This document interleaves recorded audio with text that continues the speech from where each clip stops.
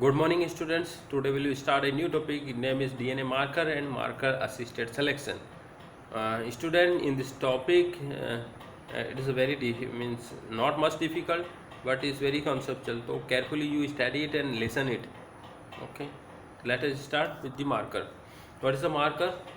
Here you see in a DNA there is a two color. One is red color, another is green color. The red color is a flag color of flag color. Okay, green color is a color of a gene. Okay, so color of a gene is green. Okay, so if you find the gene in a chromosome, so that time you have to use a marker. So this marker means it is this is marker indicate the gene presence or its absence. Okay, so red का because of this red color you can identify the green color. Okay, so this red color is a marker. Okay, चलो हिंदी में आपको बताते हैं कि जो DNA के अंदर कोई भी पोर्शन है जहाँ पे जीन है, ओके, तो उस जीन को आइडेंटिफाई करने के लिए उसके आसपास की सीक्वेंस को हम यूज में लेते हैं, और जो आसपास की जो सीक्वेंस है उसको ही हम मार्कर बोलते हैं। ठीक है, तो ये जेनेटिक मार्कर होता है। ठीक है, इसकी डेफिनेशन भी यहाँ दे रखा है कि genetic marker is a gene or DNA sequence with a known location on a chromosome that can be identify individual or species. It can be describe the variation, okay, that can be observed. मतलब कि यदि किसी प्रकार की कोई भी यदि इसके अंदर चेंजेस होता है, वेरिएशन आता है, तो ओके, कोई भी स्पीसीज में कोई भी वेरिएशन आता है तो उस वेरिएशन को हम आइडेंटिफाई कर सकते हैं by this use of genetic marker. और ये जेनेटिक मार्कर है तो एक प्रकार की डीएनए लोकेशन है जो कि हमें पता होती है। और कैसे पता होती है, ये एक लंबा प्रोसीजर है कि हम पूरा एक क्यूटियल मैपिंग का प्रोसीजर होता है, उस क्यूटियल मैपिंग के प्रोसीजर के थ्रू हम आइडेंटिफाई करते हैं कि इस जीन की ये पर्टिकुलर लोकेशन है और इसके आसपास की ये सीक्वेंस है, और वो जो सीक्वेंस है आसपास के सीक्वेंस उसको यूज में लेते हैं to identify the particular gene. तो ये जेनेटिक मार्कर होता है। और जनरली इसको इन सिंपल लैंग्वेज में इसको टैग या फ्लैग साइन ऐसा बोल देते हैं या लैंडमार्क बोल देते हैं। ठीक है ना, जहाँ पे जीन होता है उसको लोकस बोलते हैं, और लोसाई इसको प्लूरल में बोलते हैं, और सिंगुलर में इसको लोसाई बोलते हैं। अब देखो जेनेटिक मार्कर के यहाँ पे टाइप दे रखे हैं। जेनेटिक मार्कर डेफिनेशन पता लग गया, एक जगह है, उस जगह को यूज में लेते हैं जीन को आइडेंटिफाई करने के लिए। अब इसके टाइप क्या है, एक होता है मॉर्फोलॉजिकल मार्कर, सेकंड है मॉलिक्यूलर मार्कर। ठीक है, मॉर्फोलॉजिकल मार्कर यानी कि based on morphology we identify the particular gene. Suppose कोई राइस है, राइस में मेल स्टेरिलिटी आ रही है, राइस की मेल स्टेरिलिटी को आइडेंटिफाई करने के लिए उसका एंथर देखेंगे तो उसका एंथर का जो कलर है वो रेडिश कलर का है, तो रेडिश कलर वो मार्कर हो गया मेल स्टेरिलिटी के लिए, तो वो मॉर्फोलॉजिकल मार्कर हो गया। मॉलिक्यूलर मार्कर की बात करें तो अगेन इसके टाइप है बायोकेमिकल, हो सकता है पीसीआर बेस्ड भी हो सकते हैं, नॉन पीसीआर बेस्ड भी है। और नॉन पीसीआर बेस्ड के अंदर RFLP, restriction fragment length polymorphism, तो इसकी फुल फॉर्म है। और पीसीआर बेस्ड में आरएपीडी, SSR, एएफएलपी, STS, ISSR, एसकार, S&P, ST, ये इसके मार्कर होते हैं। और बायोकेमिकल में आइसोएंजाइम्स मार्कर हैं। अब थोड़ा डिटेल से देखते हैं। आपको यहाँ पे कलर, सीड का कलर दिख रहा होगा, वेरिएशन ऑफ कलर दिख रहा होगा, तो ये variation in colours, flower colour हो गया, सीड का कलर या फ्रूट का कलर, तो ये मॉर्फोलॉजिकल मार्कर है। मतलब कि कोई भी है ना, मतलब अपने नेक्ड आई से अपन पता लगा सकते हैं कि ये कौन सी वैरायटी है, ये वाइल्ड स्पीसीज है, ये कल्टिवेटेड स्पीसीज है। तो वाइल्ड स्पीसीज का सपोज करो कि इसका पोर्ट का कलर या पेटल का कलर वो होता है रेड कलर के पेटल आते हैं, और इसमें वाइट कलर के पेटल आते हैं। तो अब रेड आपको देखना है कि वाइल्ड स्पीसीज है ये वाली, मतलब सपोज कि कैजेनस लिंकाटा हो गया, कैजेनस लिंकाटा, और दूसरी है कैजेनस कैजनिफोलिया या कैजेनस कैजन। तो अब वो लिंकाटिफोलिया को कैजेनस कैजन से आइडेंटिफाई करना है तो उसका पेटल कलर देख के ही आप आइडेंटिफाई कर सकते हैं। ठीक है, तो उसकी मॉर्फोलॉजी देख के आपने आइडेंटिफाई किया, वो पेटल का कलर देख के आइडेंटिफाई किया, तो ये पेटल का कलर देख के आपने आइडेंटिफाई किया, तो वो पेटल का कलर आपका हो गया मार्कर। लेकिन मार्कर में कौन सा, मॉर्फोलॉजिकल मार्कर हो गया। ठीक है, जैसे सपोज कोई ड्रोट रेजिस्टेंस प्लांट सेलेक्ट करना है, तो ड्रोट रेजिस्टेंस प्लांट में क्या, उसका वैक्सिंग, उसकी लीव्स पे ज़्यादा वैक्सिंग होती है, वैक्स जमा ज़्यादा होती है, उसकी क्यूटिकल ज़्यादा हार्ड होती है, तो उसकी उस वो क्यूटिकल हार्ड होना और वैक्स का जमा होना उसकी लीव्स पे, इसके स्टेम पे, वो मार्कर हो गया, वो मॉर्फोलॉजिकल मार्कर होते हैं। मतलब अपनी खुली मतलब नेट आई से आप उसको पहचान सकते हैं कि ये किस ट्रेट के लिए जिम्मेदार है, तो उसी को हम मॉर्फोलॉजिकल मार्कर बोलते हैं। नेक्स्ट है आपका बायोकेमिकल मार्कर, यानी कि आप आइसोएंजाइम होते हैं वो उनको बायोकेमिकल मार्कर बोला जाता है, यानी कि उसका प्रोटीन की जो साइज होती है उसमें वेरिएशन होते हैं। मतलब कि दो सेम स्पीसीज है, सपोज करो कि एक ड्रोट रेजिस्टेंस है, एक ड्रोट रेजिस्टेंस नहीं है, ठीक है।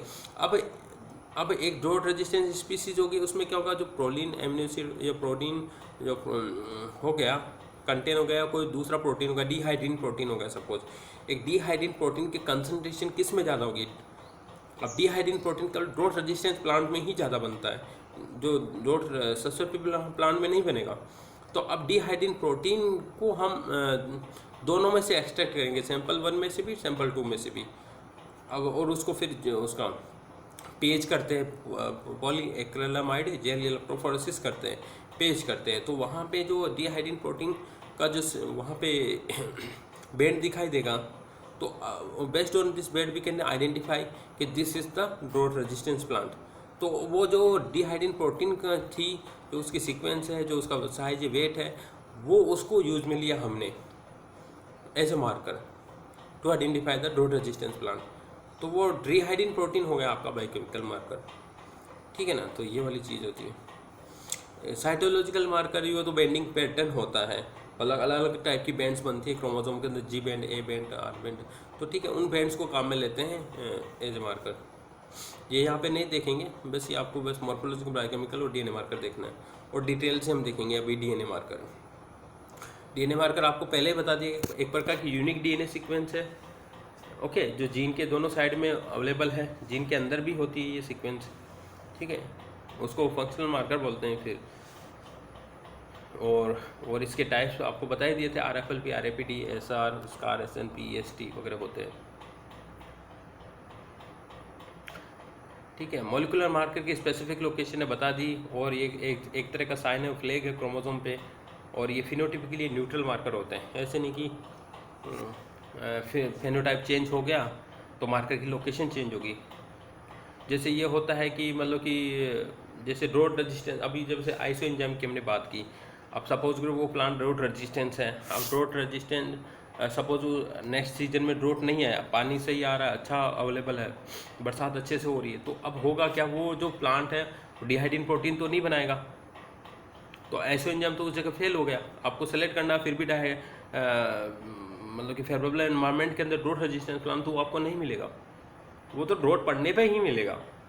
लेकिन डीएनए मार्कर के अंदर ऐसा नहीं होता है, ड्रोट पड़े नहीं पड़े कुछ भी हो, आपको वो डीएनए सीक्वेंस वहाँ पे अवेलेबल होगी तो होगी, न्यूट्रल है वो, डिपेंड नहीं करेगी एनवायरमेंटल कंडीशन कैसी है।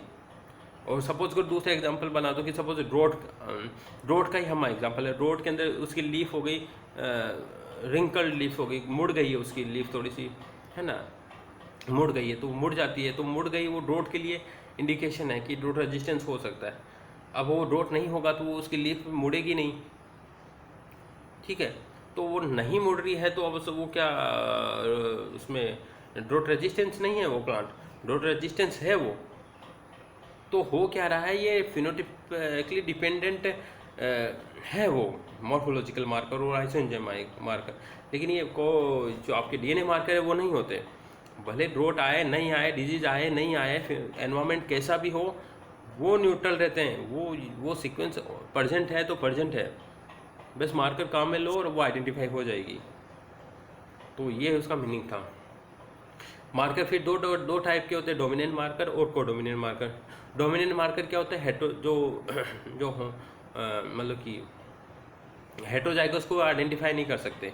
आप यहाँ पे डायग्राम में देखिए P1 और P2 पेरेंट है, ठीक है, ये P1 पेरेंट और P2 पेरेंट का ये बैंड आपको दिखा रखा है, P2 पेरेंट का बैंड यहाँ पे नहीं है, तो केवल अब उसकी जो प्रोजनी है उसके अंदर बैंड नहीं है, जिसकी प्रोजनी या स्प्रिंग है उसमें एक ही होमोजाइगस बैंड है, दूसरी की नहीं है, तो ये डोमिनेंट मार्कर है, यानी कि ये हेटेरोजाइगस को आइडेंटिफाई नहीं कर पाता है।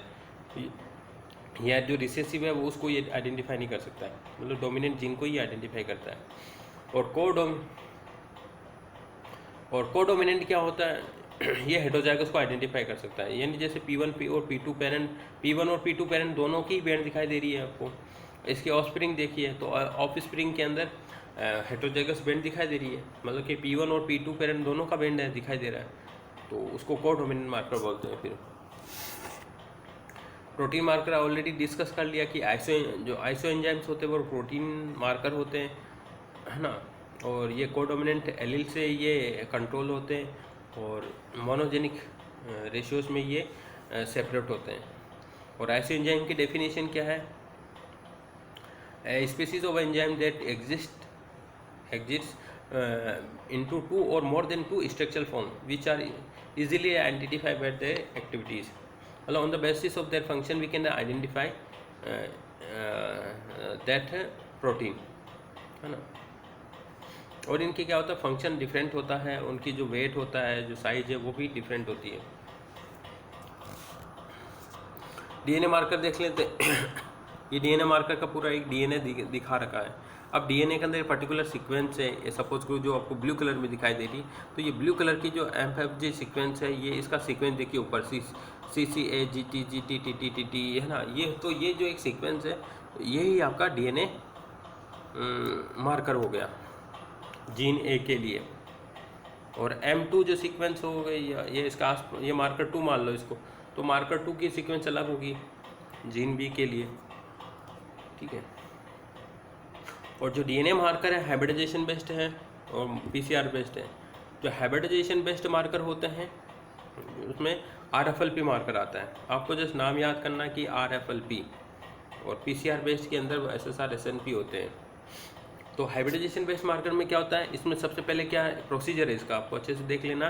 पहले सबसे पहले डीनेचुरेशन करते हैं। डीनेचुरेशन में क्या होता है, हाई टेम्परेचर पे दोनों बैंड को अलग अलग कर देते हैं। जैसे डीएनए डबल बैंड होती तो डीनेचुरेशन में क्या ये सिंगल बैंड बना लेते हैं। फिर रेस्ट्रिक्शन एंजाइम से फिर उसको डाइजेस्ट कर देते हैं छोटे छोटे फ्रेगमेंट के अंदर, फिर उसको सर्दन ब्लोटिंग करवाते हैं, ठीक है ना। आपका कंप्लीट प्रोसीजर देखेंगे यहाँ पे क्या है RFLP का। यहाँ पे डायग्राम में देखिए ये एक टिश्यू है, और टिश्यू ये सेल्स का बना है। इस सेल से हम डीएनए एक्सट्रैक्ट करेंगे, डीएनए निकाल लेंगे। डीएनए निकाल के रेस्ट्रिक्शन एंजाइम्स जो होते हैं EcoRI हो गया या हिंड हो गया, है ना। तो अभी इन EcoRI एंजाइम से, रेस्ट्रिक्शन एंजाइम से छोटे छोटे टुकड़ों में इसको काट देंगे, मतलब एक समझ लो एक बहुत बड़ी एक रस्सी है, उस रस्सी को छोटे छोटे टुकड़ों में काट दिए। अब उसके बाद में क्या करेंगे, थर्ड प्रोसीजर में जेल इलेक्ट्रोफोरेसिस करेंगे। तो ये जो छोटे छोटे जो फ्रेगमेंट के अंदर जो काट दिया गया है, इसको जेल इलेक्ट्रोफोरेसिस करेंगे, तो ये बैंड्स के अंदर on the basis of that side ये सेपरेट हो जाएगी। फिर बाद में क्या करेंगे, इनको रेडियो लेबल्ड कर देंगे, रेडियो एक्टिव एलिमेंट होता है उसके साथ उसको लेबलिंग कर देंगे। फिर उसके बाद में क्या करेंगे, 6th प्रोसीजर के अंदर इनका फिर एक सर्दन ब्लोटिंग कराएंगे, मतलब कि इनके डाइजेस्ट करके सिंगल फ्रेगमेंट करके उनको जो दूसरा डीएनए फ्रेगमेंट है उनके साथ में उसका हाइब्रिडाइजेशन करवाते हैं, ठीक है। और फिर उसको एक्सरे फिल्म के नीचे देखते हैं, है ना। और एक स्पेसिफिक बैंड के साथ ही वो हाइब्रिडाइजेशन होता है। जहाँ हाइब्रिडाइजेशन हो रहा है यानी कि वो पर्टिकुलर जीन आपका है या नहीं है वो आपका देख लिया जाता है। एडवांटेज डिसएडवांटेज क्या है, रिप्रोड्यूसिबल है, कोडोमिनेंट सिंपल मार्कर है, मतलब हेटेरोजाइगस जीन को आइडेंटिफाई कर लेगा, और जो रिजल्ट आ रहा है वो वापस से वही रिजल्ट सेम आ जाएगा, नेक्स्ट टाइम भी आप यूज़ में लेंगे सेम चीज़ को। डिसएडवांटेज क्या है, टाइम कंज्यूमिंग है, एक्सपेंसिव है, और रेडियो एक्टिव का एलिमेंट काम में लेना पड़ता है जो कि बहुत ज़्यादा खतरनाक है। PCR बेस्ड मार्कर में कौन से होते हैं, SNP, SSR, AFLP, RAPD। तो RAPD मार्कर देखते हैं। RAPD क्या है, रैंडमली एम्पलीफाइड पॉलीमॉर्फिज्म DNA, ठीक है। तो ये DNA मतलब इसमें होता कुछ नहीं है, DNA का रैंडमली कोई भी सीक्वेंस काम में ले लो, उस सीक्वेंस को एज ए मार्कर काम में लिया जाता है, PCR के अंदर लोड कर देते हैं, और फिर जेल इलेक्ट्रोफोरेसिस कर लो, एक स्पेसिफिक बैंड दिखाई देगी, और वो स्पेसिफिक बैंड ही आपका डिजायर्ड जीन के लिए होगी। मतलब कि RAPD में रैंडम सीक्वेंस लेना, और रैंडम सीक्वेंस लेना ही RAPD मार्कर को बोलते हैं, मतलब सेम प्रोसीजर होता है।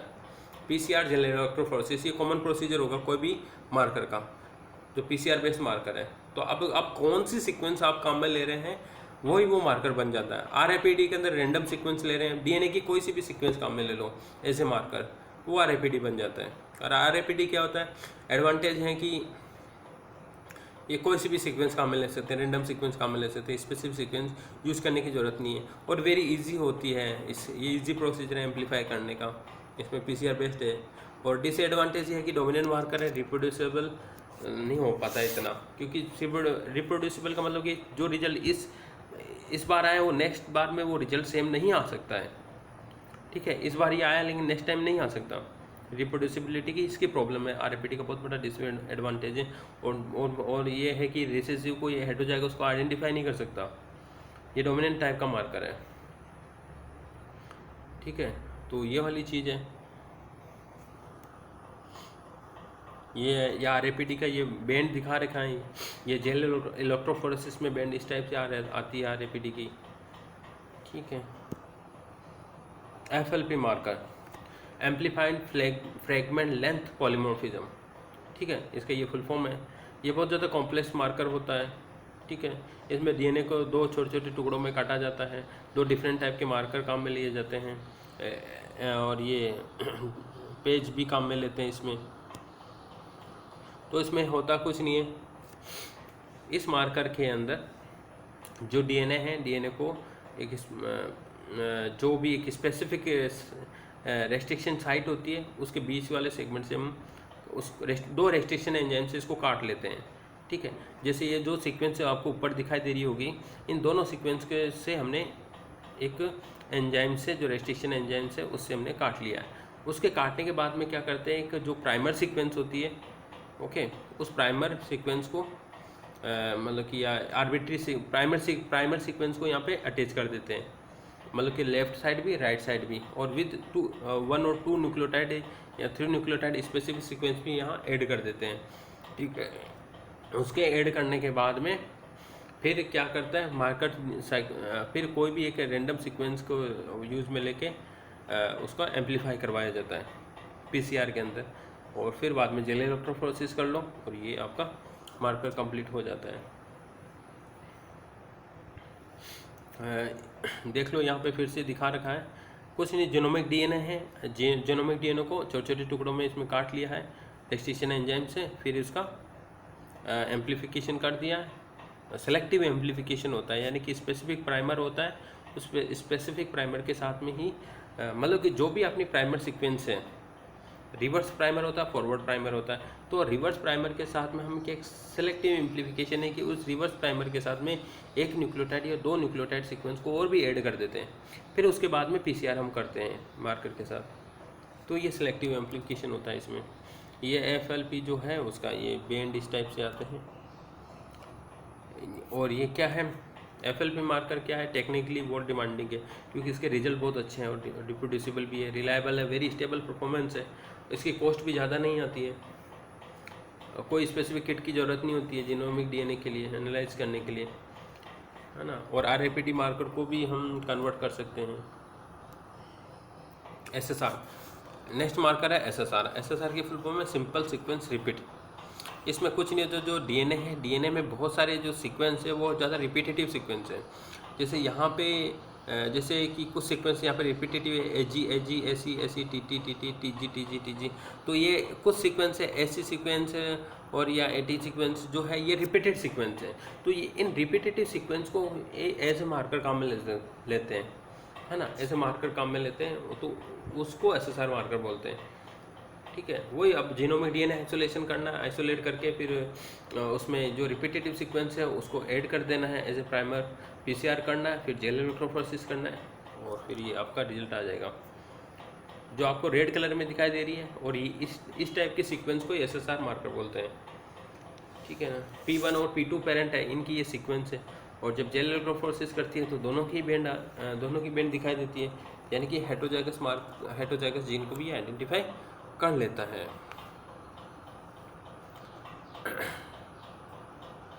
और नेक्स्ट मार्कर है SNP मार्कर। ये SNP मार्कर को बोलते हैं सिंगल न्यूक्लियोटाइड पॉलीमॉर्फिज्म।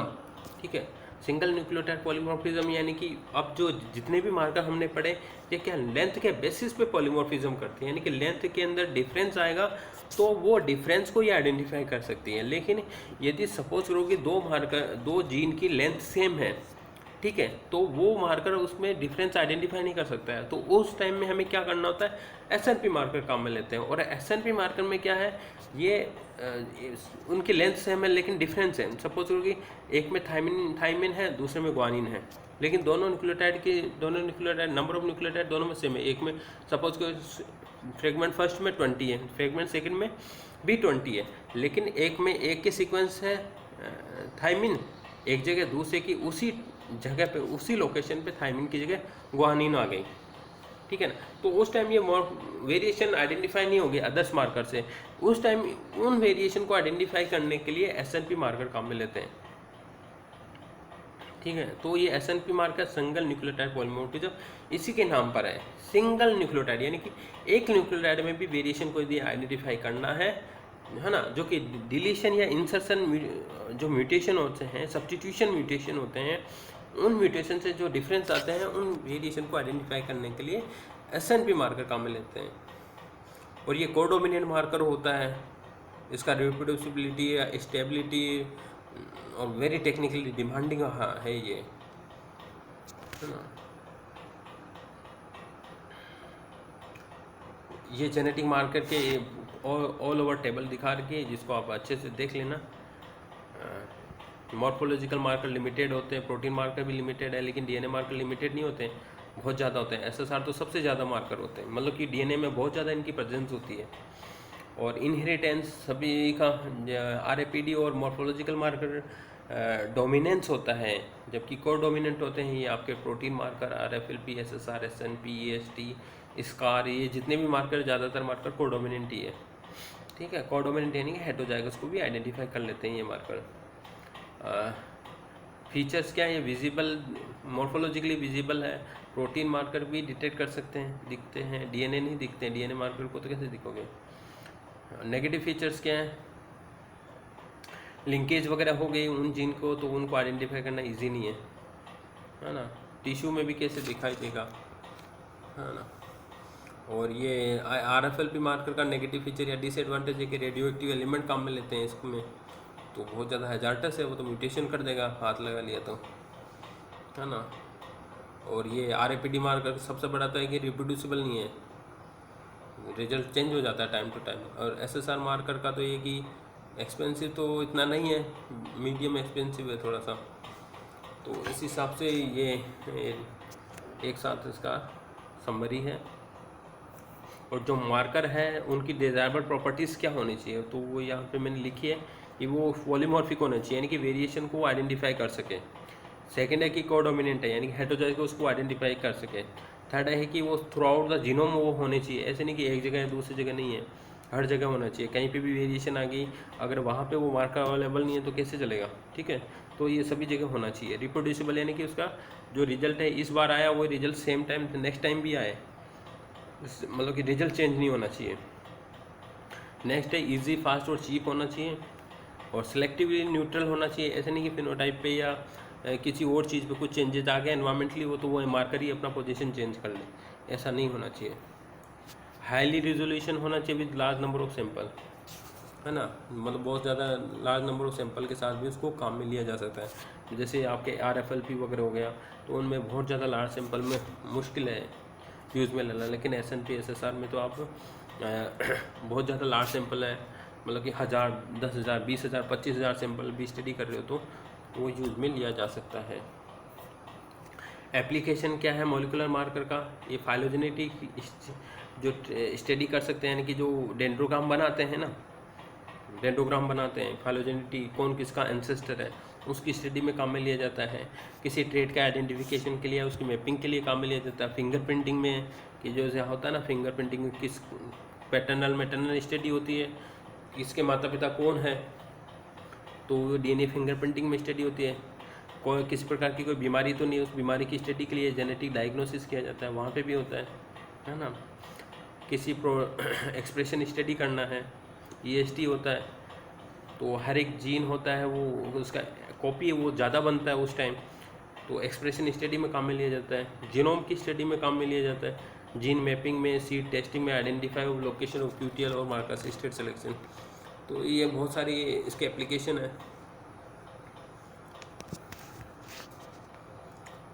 अब आपका नेक्स्ट टॉपिक है मार्कर असिस्टेड सिलेक्शन। तो मार्कर असिस्टेड सिलेक्शन क्या होता है? कोई भी फिनोटाइप को हम इनडायरेक्टली सेलेक्ट करते हैं बाय यूजिंग मार्कर। ये मार्कर असिस्टेड सिलेक्शन है, मतलब DNA मार्कर को यूज़ में लिया जाता है जो कि टाइटली लिंक्ड होता है उस मार्कर, उस फिनोटाइप के साथ में, वो मार्कर असिस्टेड सिलेक्शन है। जैसे कि मार्कर असिस्टेड सिलेक्शन में क्या हो रहा है, मॉलिक्यूलर लेवल पे हो रहा है, साइटोजेनिक मार्कर काम में ले सकते हैं, मॉर्फोलॉजिकल मार्कर, बायोकेमिकल मार्कर। तो मार्कर असिस्टेड जो सिलेक्शन आप मॉर्फोलॉजिकल भी कर सकते हैं, मॉर्फोलॉजी कैरेक्टरिस्टिक्स वगैरह लेके, लेकिन वो थोड़ा डिफिकल्ट है क्योंकि वो फिनोटिपिकली न्यूट्रल नहीं होते हैं। और सपोज करो का मेल स्टेरिलिटी का जीन आपको आइडेंटिफाई करना है तो आपको फ्लावरिंग स्टेज तक वेट करना होगा, लेकिन आपको सीडलिंग स्टेज पे आइडेंटिफाई करना है तो आपको DNA मार्कर तो यूज़ लेना ही पड़ेगा। ऐसे प्रोटीन मार्कर है, बायोकेमिकल मार्कर, साइटोजेनिक यानी बेंडिंग पैटर्न वगैरह देख के स्टडी हम करते हैं। अब मार्कर असिस्टेड सिलेक्शन और जो क्लासिकल ब्रीडिंग जो अप्रोच है, हमने जो प्योर लाइन सिलेक्शन, मास सिलेक्शन या रिकरंट सिलेक्शन, जितने भी जो सिलेक्शन मेथड्स हैं वो कन्वेंशनल ब्रीडिंग या क्लासिकल ब्रीडिंग मेथड्स हैं वो, ठीक है। तो उसमें हम क्या करते हैं, फिनोटिपिकली प्लांट को देख के सेलेक्ट करते हैं। लेकिन मार्कर असिस्टेड सिलेक्शन में क्या करते हैं, हम मार्कर को यूज में लेते हैं टू आइडेंटिफाई दिस फिनोटाइप, ठीक है ना।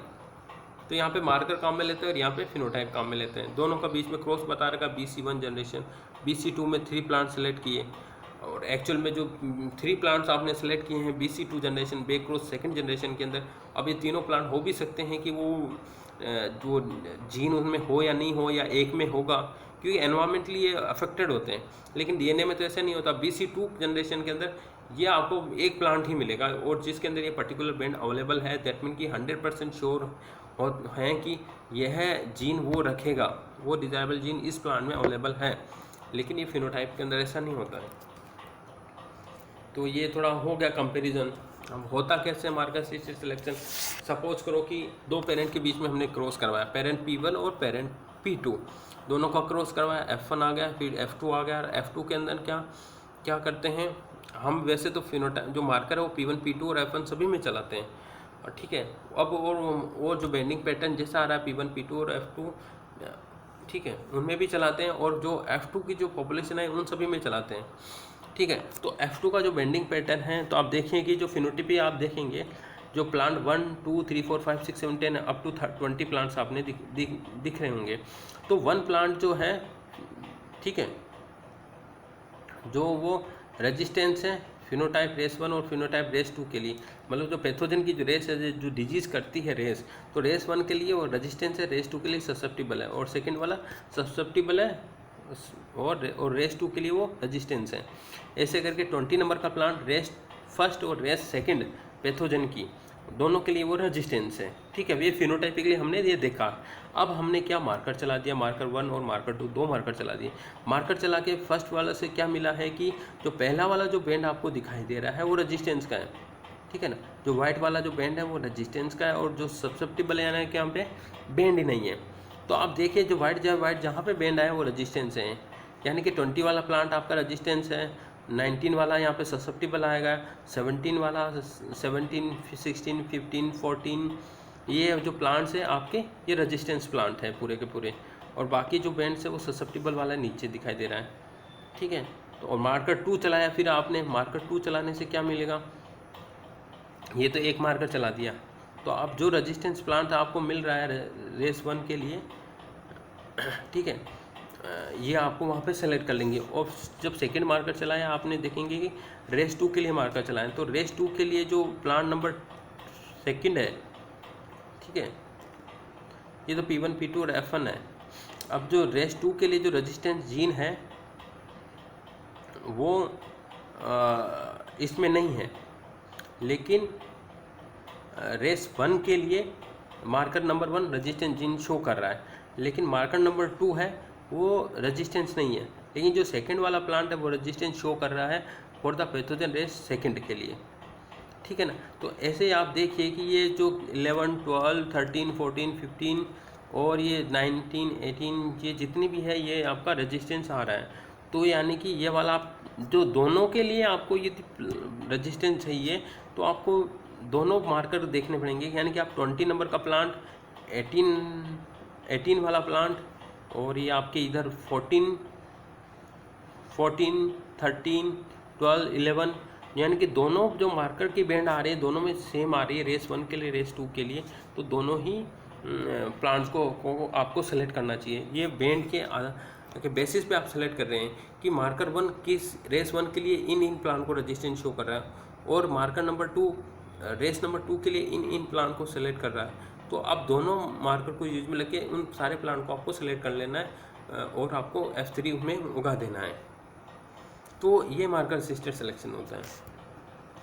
एडवांटेज क्या है मार्कर असिस्टेड सिलेक्शन का? ये बहुत ज़्यादा सिंपल है, है ना। फिनोटिपिक की स्क्रीनिंग, यानी फिनोटिपिक में तो आपको जब वो फिनोटाइप आएगा तभी आप स्क्रीनिंग कर सकते हैं। बताया एक एग्जांपल, मेल स्टेलिटी का जीन आपको आइडेंटिफाई करना है तो वो तो आपको फ्लावरिंग स्टेज पर वेट करना है, ठीक है ना। सीड का कोई स्टडी करना है, सीड कैरेक्टरिस्टिक्स का, तो आपको सीड तक वेट करना पड़ेगा, ठीक है ना। तो ये बहुत ज़्यादा सिंपल होता है, इसमें वेट नहीं करना पड़ता है। सीडलिंग स्टेज पर ही आप सेलेक्ट कर सकते हैं। मेल स्टेलिटी का जीन आपको जो सीड है सीडलिंग स्टेज पे आप आइडेंटिफाई कर सकते हैं, और ये एनवायरनमेंट पे डिपेंड नहीं है, एनवायरनमेंट कैसा है वो फिर भी आप सेलेक्ट कर सकते हैं, है ना। हेटेरोजाइगस होमोजाइगस में डिफरेंस कर सकते हैं। तो इस टाइप से आपका मार्कर और मार्कर असिस्टेड सिलेक्शन और एडवांटेज डिसएडवांटेज आपका कंप्लीट होता है, मार्कर के टाइप और मार्कर क्या होता है। आई होप कि आपको थोड़ा समझ में आया होगा। फिर भी समझ में नहीं आया तो आप मुझे व्हाट्सएप और गूगल क्लासरूम में मैसेज कर सकते हैं या टेलीग्राम पे भी मैसेज कर सकते हैं। Okay, thank you so much students.